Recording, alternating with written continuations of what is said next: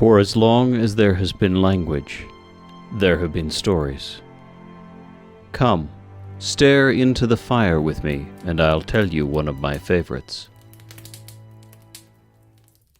Hundreds of years ago, the early Christian monks lived in the desert, in crude buildings, and each monk had a small, bare room of his own, called a cell.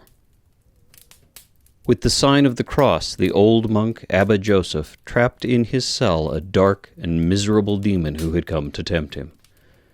"Release me, Father, and let me go," pleaded the demon. "I will not come to tempt you again." "I will gladly do that, but on one condition," replied the monk. "You must sing for me the song that you sang before God's throne on high, before your fall." The demon responded, "You know I cannot do that. It will cause me cruel torture and suffering. And besides, Father, no human ear can hear its ineffable sweetness and live, for you will surely die." "Then you will have to remain here in my cell," said the monk, "and bear with me the full struggle of repentance." "Let me go! Do not force me to suffer!" pleaded the demon. "Ah, but then you must sing to me the song you sang on high before your fall with Satan."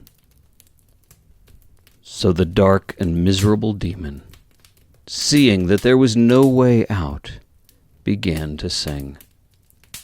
Haltingly, barely audible at first, groping for words long forgotten.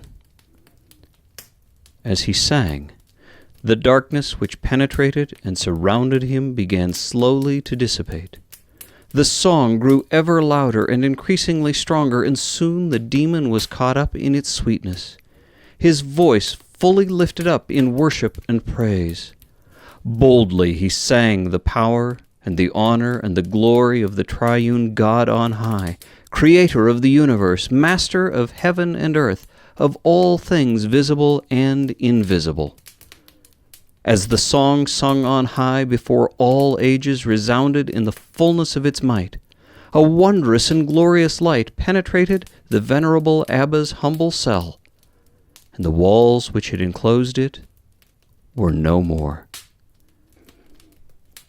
Ineffable love and joy surged into the very depths of the being of the radiant and glorious angel, as he ever so gently stooped and covered with his wings the lifeless body of the old hermit who had liberated him from the abyss of hell.